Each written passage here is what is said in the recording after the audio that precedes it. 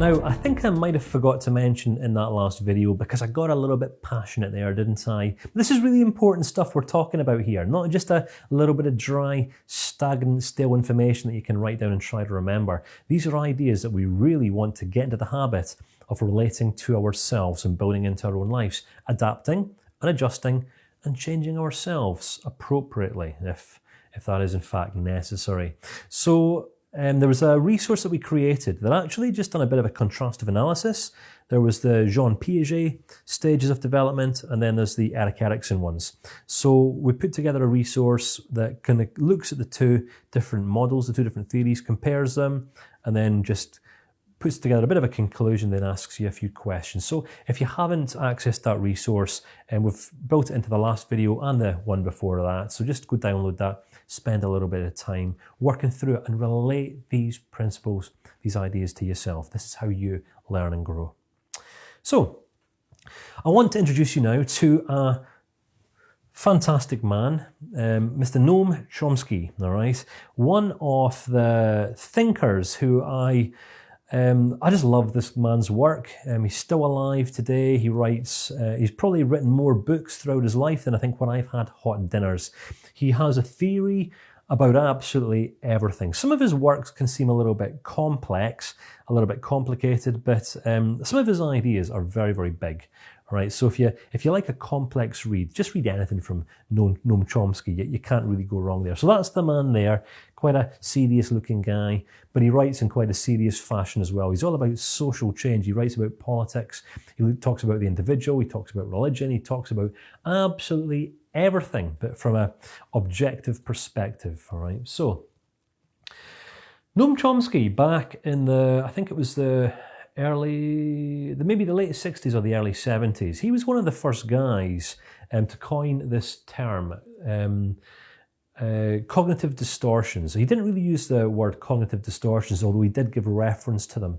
He was talking about the cognitive revolution. Now, obviously, it was around about this time where the guys like Albert Ellis, Aaron Beck, they were focusing on, REBT as a new radical form of cognitive therapy, CBT, which is obviously what we're looking at right here.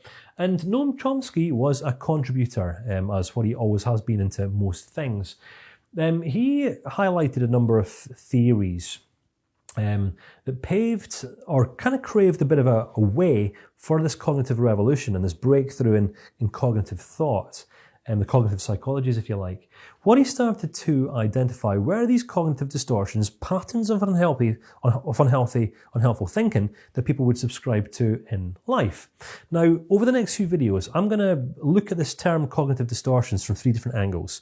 To start off with, we're going to look at Noam Chomsky's perspective, and then we're going to go on to look at Aaron Beck's, and we're going to look at Ellis's frame of reference. So a lot of the ideas will overlap, but I want you to get a really balanced and a really holistic perspective so you understand this stuff, so you can become grounded in it.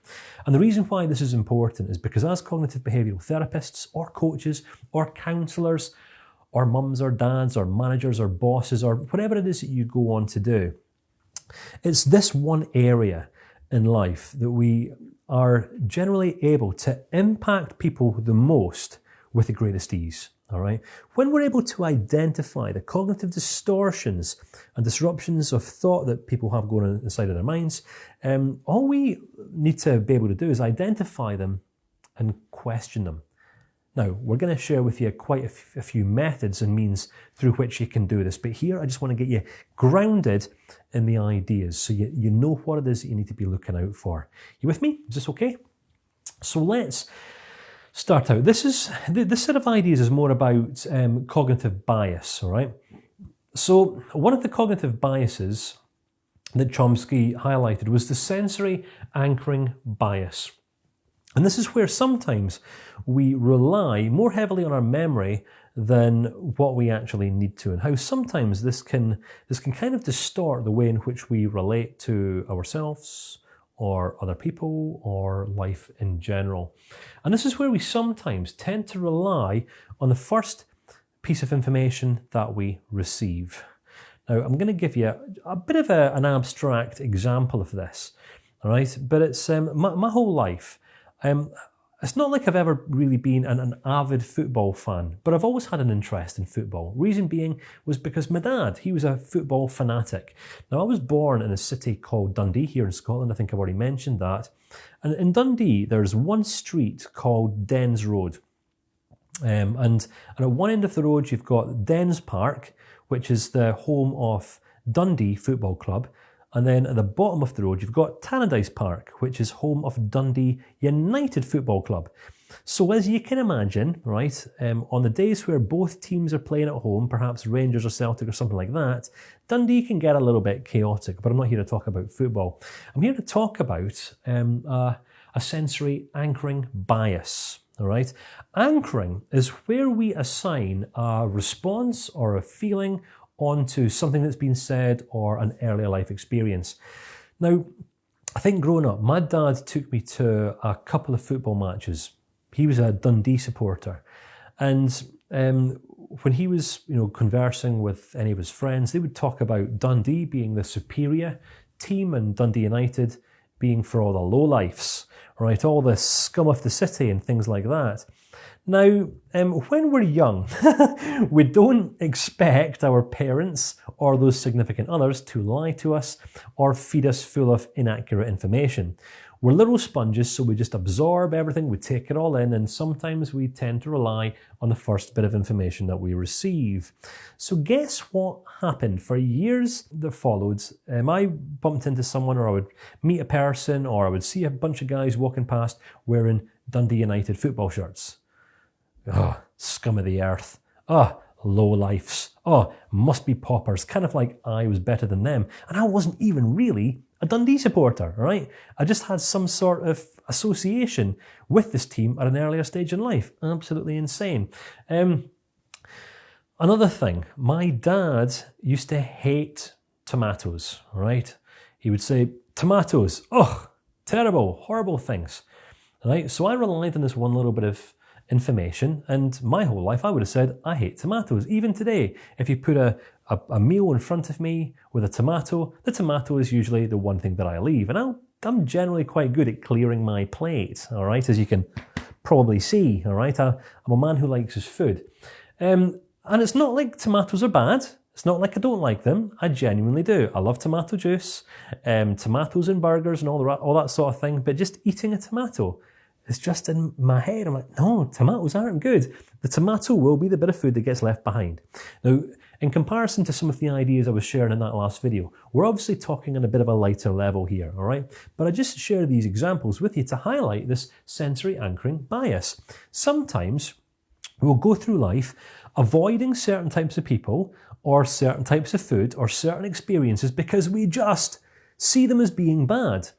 When we understand these cognitive biases, then it can actually provoke us to ask ourselves wiser, more mature, and more reflective questions. How do I know that this is bad? Where did I learn that this is bad? Who told me this? Where did this come from? Where did this dislike come from? Are Dundee United football supporters genuinely the scum of the earth? Or did someone just tell me this who was biased towards a different team? How accurate and reliable is the information that I'm actually building and basing my life on here? All right, just a couple of questions we want to be asking ourselves. But when we understand cognitive bias, then we can sometimes better understand our own prejudices, why it is that we like some things, don't like some things, because we tend to sometimes rely on the first bit of information that we see as being accurate and true when it actually might not necessarily be. Think about another example here. What's the there's a term that's used. It's where you meet a person and it's a something effect. I can't remember what it's called. And we meet a person, and if we perceive a person as being attractive, I'm not even necessarily talking physically attractive, but say there's a trait or a characteristic about them, or they might dress really pristine and really sharply, and we just say, oh, I like that person. Why? Because we're able to relate to them in some way. That person takes real pride in their appearance. That person has a really cool hairdo. For me, oh, that guy's got a shaved head. He's perhaps going through the same balding process that I'm going through right now. Fantastic. We've got some sort of commonality going on. I like you. because we look for similarities rather than differences. Sometimes we'll say, I don't like you because you're different from me. So we have a tendency of liking people automatically, instinctively, because there's something in them that we're able to relate to. So this is all cognitive bias. We've got to understand this stuff if we are to live balanced and stable lives, and if we are to, really build mature and grounded, healthy, meaningful connections with people as well. So then there's the availability heuristic, right? Self-justification. Right, now this is an interesting one, and this is where we estimate the value of our own experience more than other people's. This is where our opinions come from, right? Perhaps this has been something that I've said throughout this course, and you've just fundamentally disagreed. You might even have had some sort of emotional response. You might have got angry. Why? Because it contradicts with something that is just really important to you.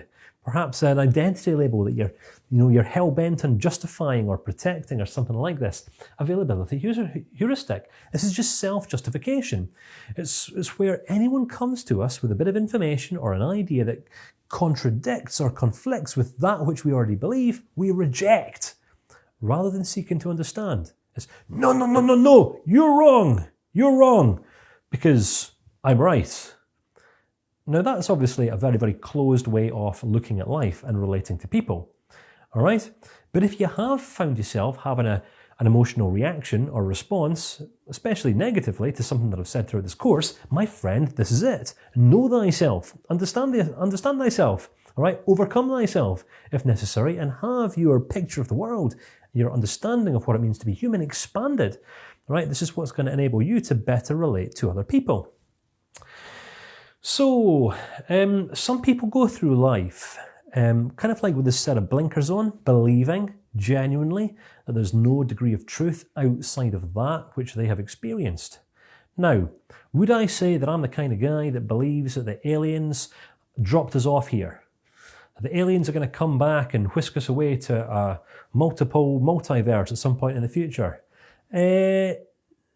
No, I'm not going to say that I'm the kind of guy that believes that, but I'm not going to be the kind of guy that says that's not going to happen, because I don't know, right? I don't even know if aliens exist.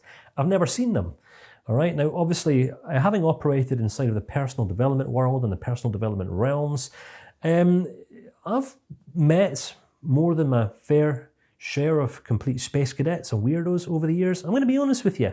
Some guys who are so completely academic, they're worldly useless, all right? Because so much information going on inside of their heads, so many theories, they become completely unrelatable to the common man, all right? So, what I understand is that there's a lot of things in life that I don't know. And the more that I come to know about myself, and the more that I come to understand people, the more I come to know about the world and about life in general, the more I grow to appreciate how little I know. All right. This is probably more of an attitude of humility we can take towards life. It's not about saying that one way is the right way and one way is the wrong way. It's not about saying one religion's right, one religion's wrong. It's certainly not about saying that one sexual orientation's right or one's wrong. It's just everyone's different. That's it. All right. Sometimes we estimate the value of our own experience more than other people. This is what I like. This is what I do. This is how I do things. Therefore, this is how things should be done. Right, I can remember walking into a gay bar with my wife Karen one night in Edinburgh. It was a couple of years ago now, and we weren't aware it was a gay bar. Right, we just didn't know. Not that we had a problem with this whatsoever, but I can remember just feeling like all eyes were on me. There's a straight guy sitting in our gay bar. I felt like I was out of place, like I shouldn't be there. You know, a couple of guys, I was at the bar and made a few throwaway comments, kind of like I was getting it wrong for being straight.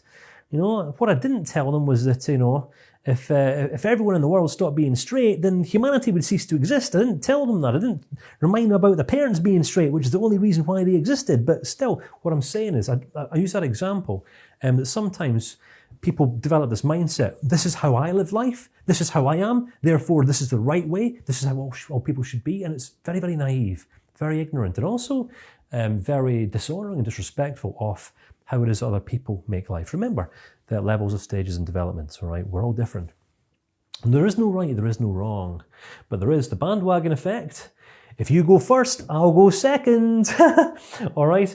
The more people who believe something, or the more people that conform or behave in a certain way, the more will eventually believe. All right? Now, let's use some of the religious cults that have gone down in history. You know, drink the Kool-Aid, right? Why did so many people drink the Kool-Aid? Why? Because it was cool, because everyone was doing it, all right? Could you imagine walking, into a big barn right now, and you got some guy there who's literally preaching all this kind of stuff, and he says, right, drink this Kool-Aid and kill yourself, there's poison in this. What would you say? You'd say, get out of here, you crazy man. I value my life too much. I'm certainly not going to do that.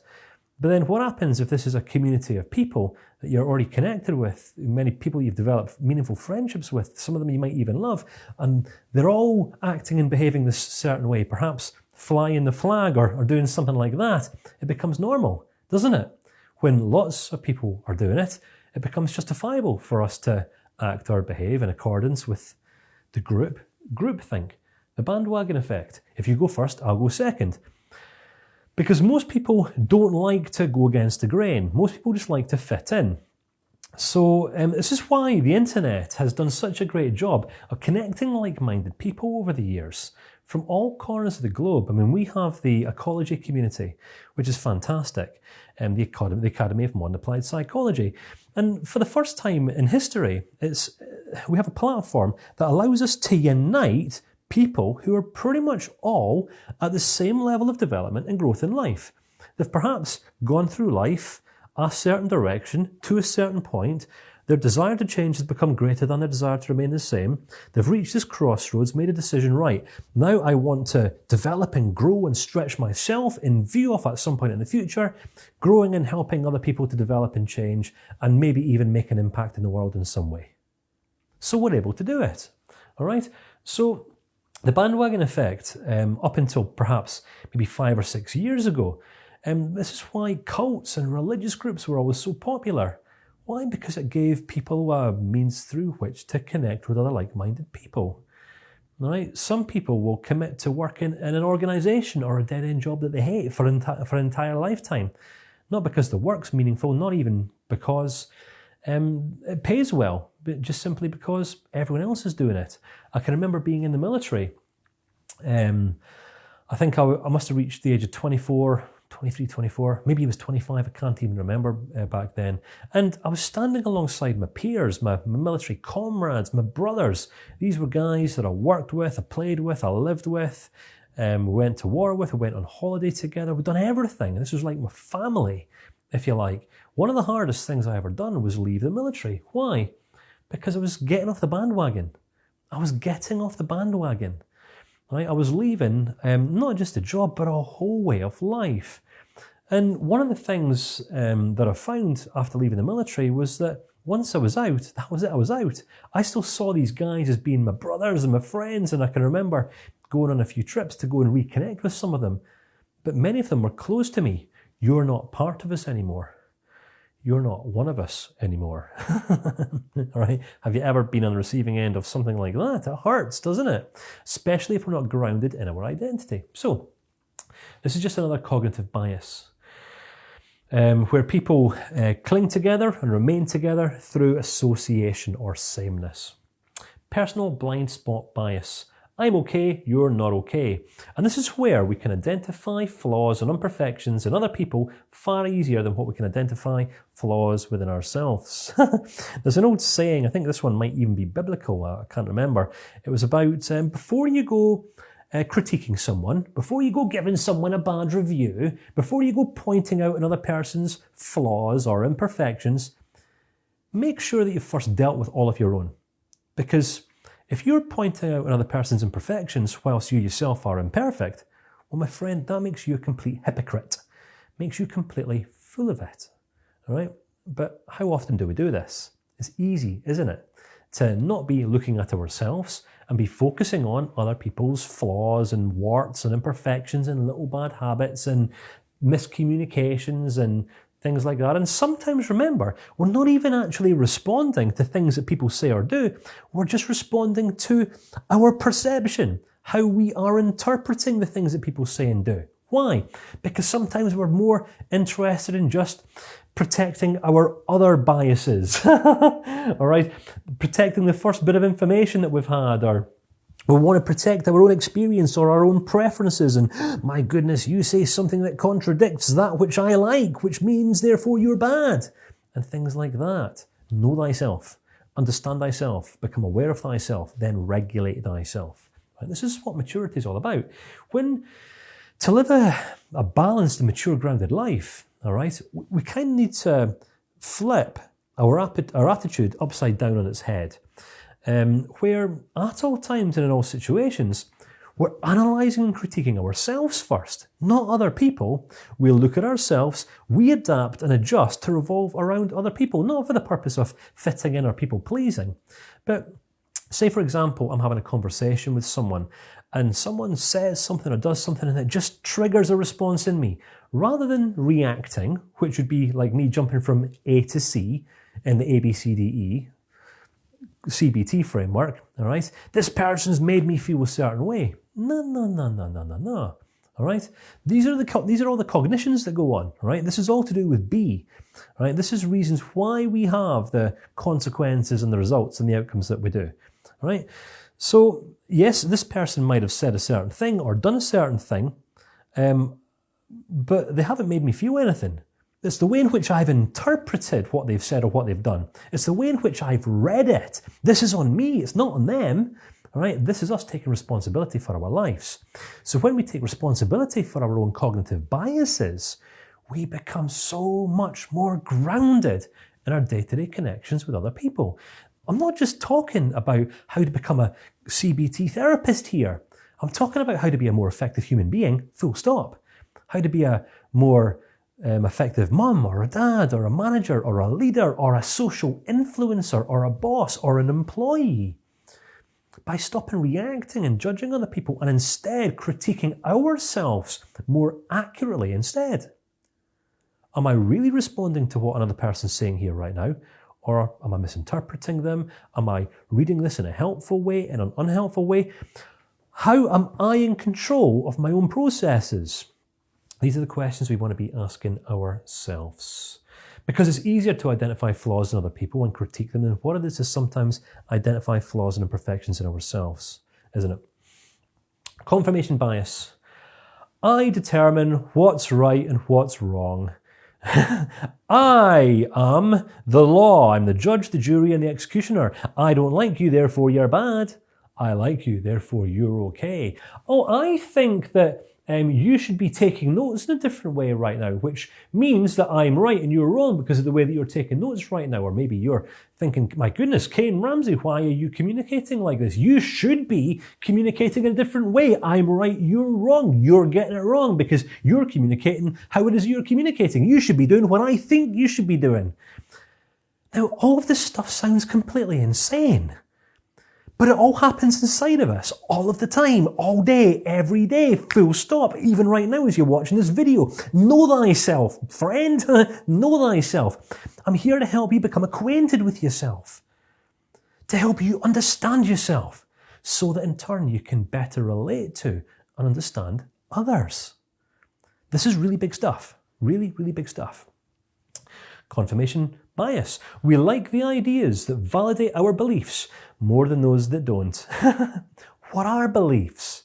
Let me remind you, beliefs are just ideas. It's the best conclusions we've been able to come up with. All right? I might very well believe that aliens are coming back to whisk the human race away to some far out galaxy. That's going to be Salvation Day, Resurrection Day. I don't know what it is. I don't care. All right? But it might not happen. It doesn't make any difference. I can believe whatever I want to. But what I believe is down to me. It's down to me to also evaluate the validity and the health of my beliefs. Are my beliefs absolutely, or actually serving me? Are they building me up? Are they enabling me to live a more grounded, stable, balanced, mature, fruitful, effective, efficient life?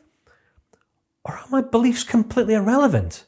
What do you believe? What beliefs are you clinging on to that are serving neither man nor beast?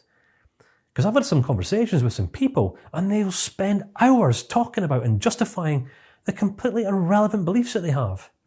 I believe in black holes and revelations. So what? And how does that impact how it is that you live your life on a day-to-day basis? There could be astronauts coming from other galaxies or aliens walking amongst us. Who cares? How does that impact how it is that you interact with and relate to and connect with other human beings? It doesn't. So many people spend so many years of their life focusing on completely unhelpful, irrelevant things. It's where cognitive bias, understanding cognitive bias, allows us to better understand ourselves and how it is that we might be interpreting or sometimes even misinterpreting life in general. So, these cognitive biases, it wasn't that Noam Chomsky invented them. He just identified them, he packaged them up, he framed them. But before Noam Chomsky, if we were to go back to the 17th century, the philosopher René Descartes, he started developing cognitive theory way back then. As a man thinks he is, a man will operate out of the way that he thinks he should operate. But guess what? This mind can sometimes be our best friend, and it can be our worst enemy. We sometimes think that other people are against us. Well, guess what? The fact that we're thinking this means that other people aren't against us. We are sometimes against us. Worse than what anyone else ever would be. Most people are just doing their best to get through life the best that they can. All right? We sometimes are the sole culprits of sabotaging our best intentions. So I'm going to wrap this video up here, but this is just kind of part one, all right?